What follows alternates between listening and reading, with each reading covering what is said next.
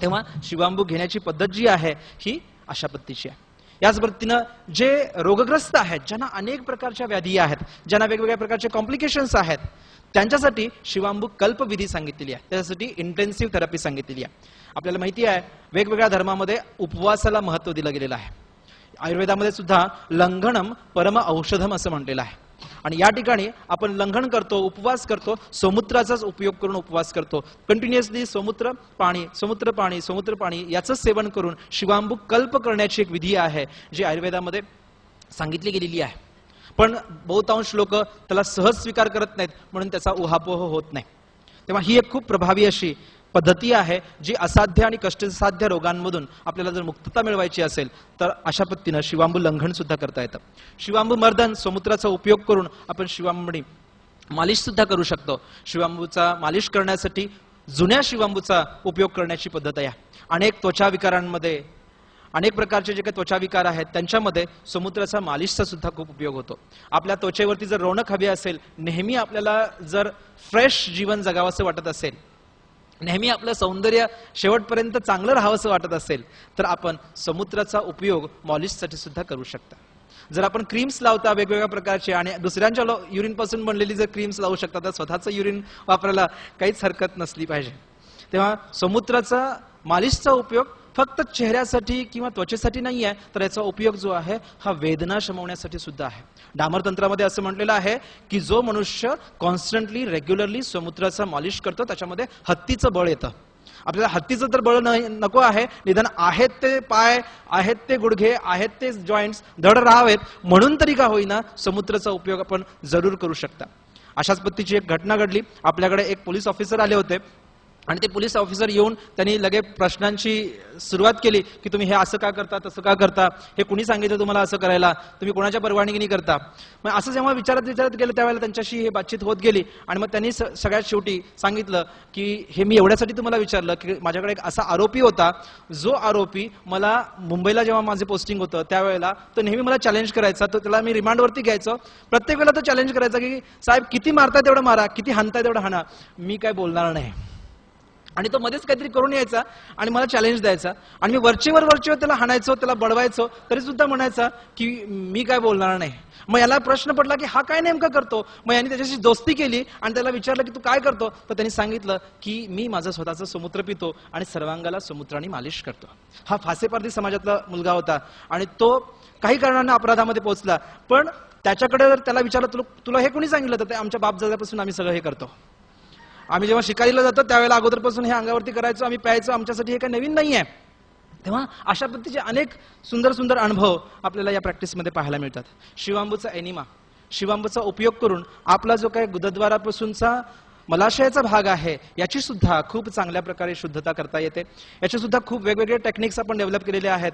बस्ती जी आहे ही आपण रिटेन्शन एनिमाच्या स्वरूपामध्ये पण यूज करू शकतो. तशाच पद्धतीनं ड्रिप एनिमा नावाची सुद्धा आपण एक पद्धती विकसित केलेली आहे, ज्याच्यामध्ये सलायनच्या सेटमधूनच आपण स्लो ड्रिप बाय ड्रिप युरिनचा एनिमा देऊन बऱ्याचशा इसोफिजियल कॅन्सरच्या पेशंट्सवरती, ज्यांना वर्ण पाणी सुद्धा पिणं शक्य नाही आहे, अशा पेशंट्सवरती खूप चांगले सुंदर असे रिझल्ट्स आपण पाहिलेले आहेत. तशाच पद्धतीने शिवांबूचे पॅक्स, एखादा शरीराचा भाग आहे तो खूप वेदनाग्रस्त आहे, व्याधीग्रस्त आहे, त्याच्यावरती सुद्धा समुद्राचं आपण पॅक्स करू शकतो, त्याचं लेपन करू शकतो, त्याचे कंप्रेसेस सुद्धा लावू शकतो. आपल्या सर्वांना वाटतं की आपले डोळे कसे असावेत, सुंदर असावेत, चांगले असावेत, आपल्याला कधीही चष्मा नसावा असं वाटतं. डोळे चांगले असावेत, दृष्टी मात्र सरशींची असावी. तेव्हा मित्र, आपल्याला जर डोळे चांगले हवे असतील तर शिवांबूचा उपयोग करा, दृष्टी हवी असेल तर सरशींच्याकडे या. त्याच पद्धतीनं नाकाच्या समस्या अनेक लोकांना असतात. नाकामध्ये हाड वाढतं. माझ्या आईचीच ही संकल्पना आहे. जेव्हा माझ्या वडिलांनी ही शिवांबू चिकित्सा सुरुवात केली त्यांना अशाच पद्धतीनं एका संतांच्याकडून ही उपचार पद्धती मिळाली आणि त्यांनी त्याचा उपयोग सर्वसामान्य लोकांच्यासाठी केला. त्यांचं संपूर्ण जीवन त्यांनी त्याच्यासाठी वाहिलं. असे डॉक्टर शशी पाटील ज्यांनी हे संपूर्ण ही जी काय पद्धती आहे ही जनमानसापर्यंत पोहोचवण्यासाठी प्रयत्न केला. त्यावेळेला त्यांना जो काय विरोध होता तो दस्तूर खुद्द त्यांच्या पत्नीपासूनच होता आणि ती त्यांना घरामध्ये सुद्धा येऊ देत नव्हती. तुम्ही पहिल्यांदा हात पाय सगळं स्वच्छ धुवून या आणि मगच आत या, अशा पद्धतीची त्यांची वर्तणूक असायची. त्यावेळेला त्या काळी त्यांनी अनेक लेप्रेसीच्या पेशंट्सवरती, असे टाकून दिलेले पेशंट आहेत, समाजानं टाकून दिलेला पेशंट आणि समाजानं टाकून दिलेला उपचार यांचा योग ते घालवण्याचा प्रयत्न करायचे. लोकांचे जाऊन ड्रेसिंग्स करायचे, त्याच्यावरती ते सांगायचे की स्वतःच समुद्र बॉटलमध्ये भरून माझ्या अमेरिकेच्या मित्राने हे बॉटल औषध पाठवलेलं आहे, तुझ्यावरती मी उपचार करतो असं सांगून ते उपचार करायचे. आणि खूप सुंदर जबरदस्त रिझल्ट त्यांनी त्या काळी पाहिले, बघितले आणि मग त्यांचं जीवन त्यांनी याच्याला समर्पित केलं. तर त्यांना माझ्या आईंचा खूप विरोध असायचा. माझ्या आईंना नाकामध्ये हाड वाढण्याची समस्या होती. त्यांना ॲट्रोबिन ड्रॉप्स टाकल्याशिवाय झोप लागायची नाही. आठवड्याला 1 बॉटल संपायची. बरेच दिवसानंतर वडिलांनी विचारलं की हल्ली तू ॲट्रोबिन ड्रॉप्सची बॉटल नाही मागितली, काय करतेय? तर मी पण चालू केलेलं आहे, नाकामध्ये टाकायला चालू केलेलं आहे. आणि हा परिवर्तन कसं झालं तर जेव्हा खेडेगावामध्ये ते प्रॅक्टिस करायचे त्यावेळेला छोटे छोटे लोक यायचे, अनेक प्रकारचे शेतकरी त्यांच्याकडे यायचे आणि शेतकरी काय करायचे, आपल्या शेतामध्ये पिकलेलं काही जे असेल ते त्या धर्मपत्नीला आणून द्यायचे आणि म्हणायचे की तुझ्या दाल्यानं माझं कुकू घट्ट केलं. असे काही शब्द जेव्हा तिने ऐकले त्यावेळेला तिला इतकं बघून आलं की माझा पती जो काय करतो आहे ते खरोखरच जगावेगळं काही नाही आहे, हे खूपच समाजाच्या उपयोगाचं आहे, आपण पण ते करून बघूया. आणि मग त्या सुद्धा पूर्णतः त्या काळी या उपचारामध्ये झोकून गेल्या. तेव्हा मित्रहो, आज आपण हे शिवांबू चिकित्सेचं जे काय एक पद्धत आहे याला विकसित करून याच्यावरती वेगवेगळे प्रयोग करून आपण ही उपचार पद्धती एका सिस्टमॅटिक पद्धतीनं समाजापर्यंत पोहोचवण्यासाठी, तशाच पद्धतीनं योग आहे, निसर्गोपचार आहे, वनस्पती औषधं आहेत, आयुर्वेद आहे, होमिओपॅथी आहे, अशा विविध नॉन फार्माकोलॉजिकल मेथड्सना एकत्रित करून ज्या नॉन इन्व्हेजिव्ह आहेत, नॉन टॉक्सिक आहेत, साईड इफेक्ट विरहित आहेत, अशा सगळ्या उपचार पद्धतींना एकत्रित करून एक centre for preventive and integrative medicine म्हणून आनंदकुंज नावाचं एक सेंटर आपण कोल्हापूरमध्ये डेव्हलप होतं आहे, जे आपल्या या अंडरस्टँडिंग मधूनच याचं मॅनेजमेंट सुद्धा आपण करण्याचा प्रयत्न करतो आहोत. मित्रहो, अशा पद्धतीचा एक प्रयत्न आपण कोल्हापूरमध्ये करतो आहोत.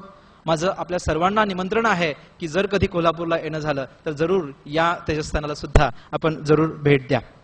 मित्रहो, आज या उपचार पद्धतीवरती संशोधन होणं खूप गरजेचं आहे. या उपचार पद्धत्या इतक्या प्रभावी आहेत. आज आपण बघितलं की शरीरावरती फक्त उपचार करून पुरेसं नाहीये, तर आपल्या एनर्जीवरती, आपल्या शरीरामध्ये असणारी प्राणशक्तीवरती सुद्धा उपचार करणं गरजेचं आहे.